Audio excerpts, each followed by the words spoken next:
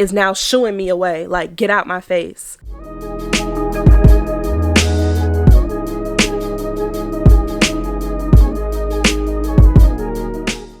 Hey crew, welcome back to my channel for another video. For those of you who are new, my name is Bridgette. I'm a New York City based flight attendant, and today is Christmas in real time. So Merry Christmas.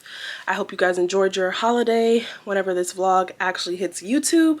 I'm on call for 6 days. I was awarded an international trip to a destination I have never been before. My battery's about to die, so I'll see you guys in the next clip.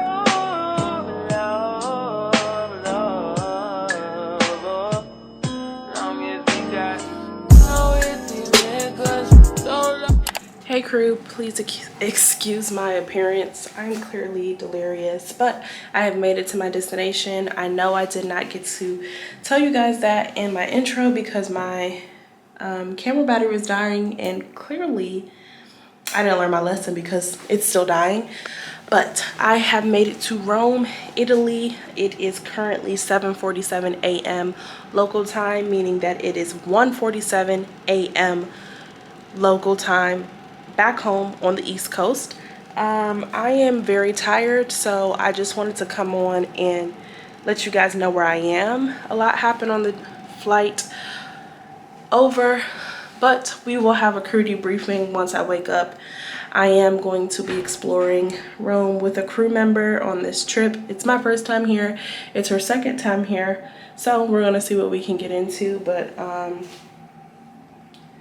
that's about it. I will do a little quick room tour for you guys because I haven't done one of those in a while before this battery dies.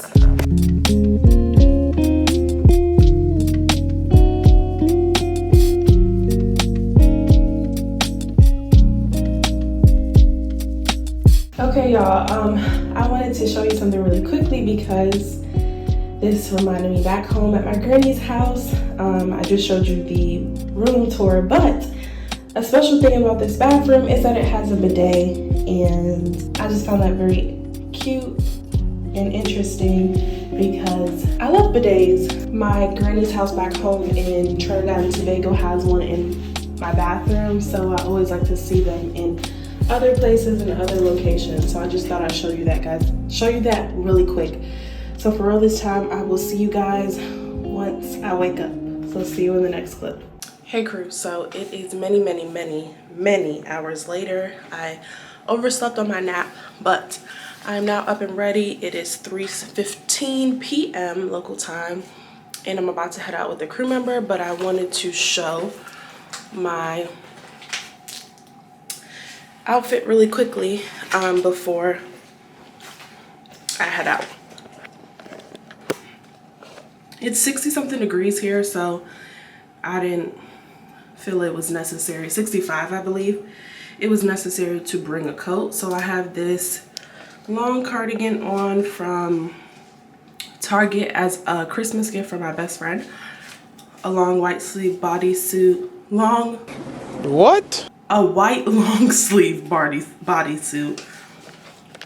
I think these jeans are from Sam's Club. And my birthday present, New Balance shoes. I'm sorry, I don't know the name of them. So yeah, I will be sure to bring you guys along with me, and I will see you in the next clip.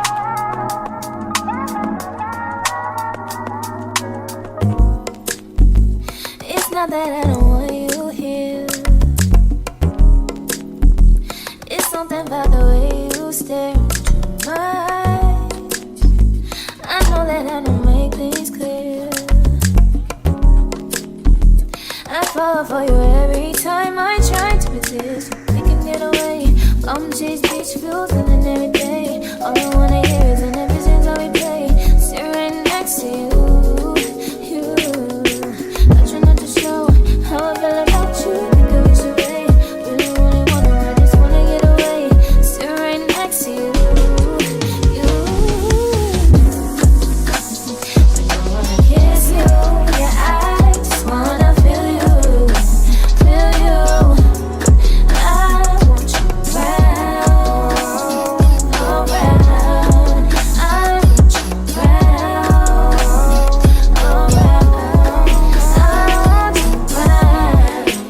Hey crew, so I just made it back to the hotel. It is 6:19 local time, so I wasn't out for too long, only 3 hours, but I had so much fun, you guys.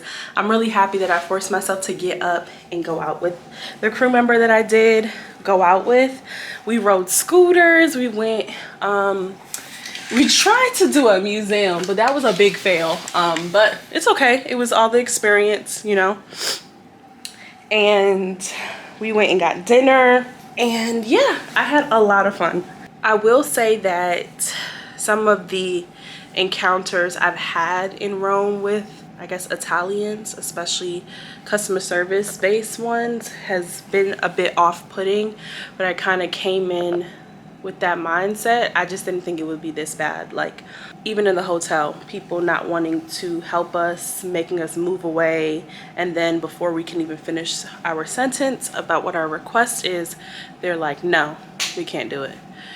So I'm not sure if I will be back, unfortunately, but overall, the experience that we made for ourselves, I really enjoyed it. Pickup tomorrow is early in the morning, so I'm going to unwind and speak to you guys later. See you in the next clip. Good morning, crew. Please excuse my appearance.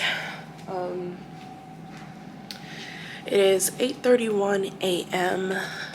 I was supposed to be gone like an hour and 20 minutes ago, but when I woke up to start getting ready, I got an alert on my work device saying that the flight was delayed. So we had 2 extra hours of sleep. But fun fact about me, once I'm awake, I have a very hard time of falling back to sleep. So I just laid in the bed for the extra 2 hours. But now it is time for me to get ready. So I just wanted to come on and do a quick update for you guys on that. I'm not going to do a montage because I feel like I'm doing them in every vlog, but I'll see you in the next clip. Hey crew, so it is, I think, 2 or 3 days after the end of that Rome trip. I know in the beginning of the vlog, in the intro, I was telling you that I was on call for 6 days. That got cut short because I was not feeling well, so I called out. I suffer from migraines, and that trip was just, the flight back kind of induced, I guess is a word I could use, a migraine, or caused the migraine. It was eventful in every bad way possible. So let's get straight into that. In the morning, or the last clip you just saw, I told you guys that we were delayed 2 hours. So that was 2 hours more to sleep, but I didn't sleep. But we get to the airport, we go through security, no problem. We start boarding, and I get on the side that I'm sitting on, which was aircraft left. So I'm going down the aisle to, you know, assist people in putting their bags in, giving them instructions. I'm not lifting any bags. And the bins are weird. So, you know, some people think that their bag's not going to fit, but it will actually fit. And I get halfway through the cabin, and I notice that this bin is kind of slanted. One side is closed, one side is not. Nothing out of the ordinary. So I tried to pull the bin open, and it's stuck. Like, it's like scraping on something stuck.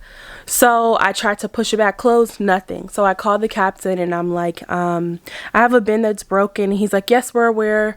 It's taped up. And I was like, well, if this is the same bin that we're talking about, it no longer has tape on it, and it is hanging halfway open. So can someone come back and look at it? And he was like, sure, no problem. I'll send one of the pilots back to look at it.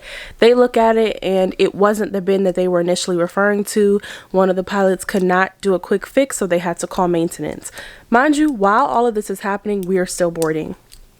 So we're still boarding. They call maintenance. I get back to where my jump seat is, which is near the exit row, to try and keep an eye on everything and all of the boarding.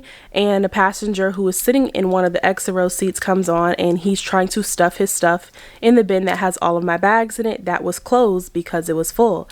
So I'm saying to him, oh no, sir, it can't go in that bin. It's full. It can go in the bin next to that bin. And he didn't speak English, so he was speaking in Italian, and I was trying to, motion, because not always does language have to be verbal. You can, kind of motion what you're saying. And I motioned to him that he could put his stuff in the other bin, which he kind of motioned. From my understanding of what he was saying was, even though I don't speak Italian, he, I think, was under the impression that because he sat in this seat, the bin above him was his bin, which time and time again, I tell you guys that overhead bin space is shared space. It is not assigned, but I don't expect everyone to know that. So I'm trying to tell him that, and I just take the stuff out of the bin that had my things in it that was already full and put it in the next bin. Well, he seemed visibly upset about that.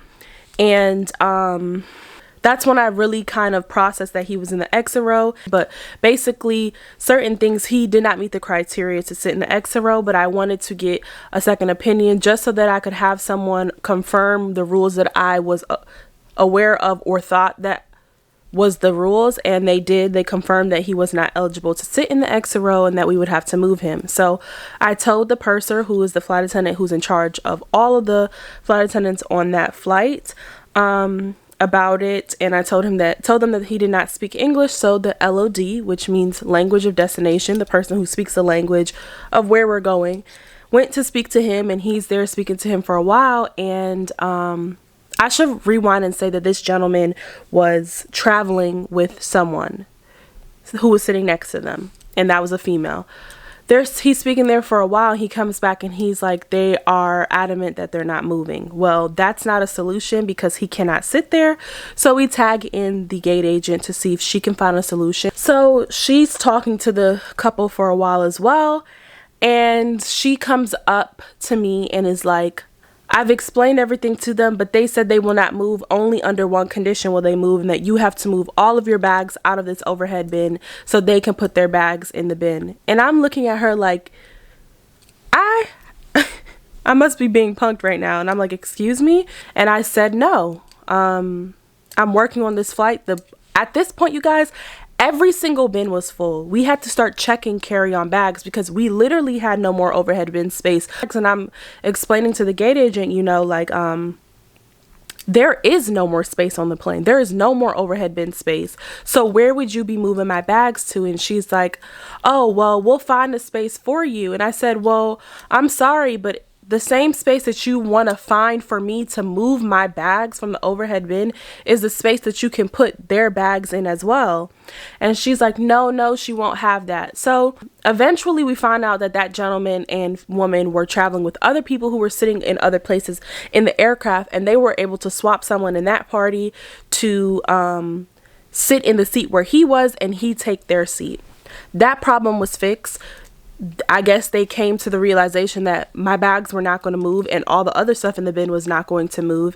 And I thought problem solved. So now we've closed the boarding door. We're going through doing our last compliance check before taking off. And the lady that swapped seats with the gentleman and the original lady sitting in that seat now have bags on their laps right at their feet. And once again, I told you they're at an exit row. So I'm motioning to them while also saying it, even though I was aware that they probably did not speak English because the gentleman did not speak English. But at that point, I hadn't spoken to them at all. And I said, the bag has to go underneath your seat. And I also motioned, just so you know, I'm showing as I'm saying what needs to happen. So the new lady who's sitting in that gentleman's seat is now shooing me away, like, get out my face. So I stop and look at her like, what is going on, you guys?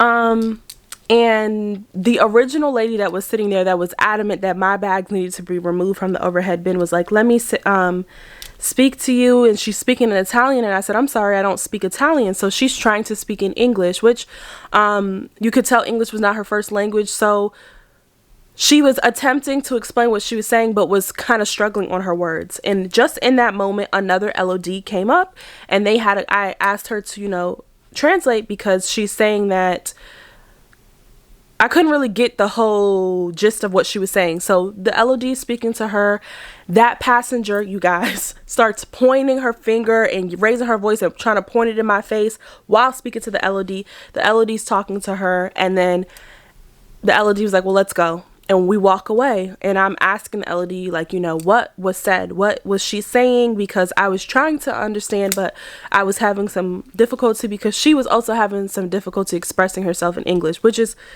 understandable. You guys, the LOD says, I won't repeat what that lady just said.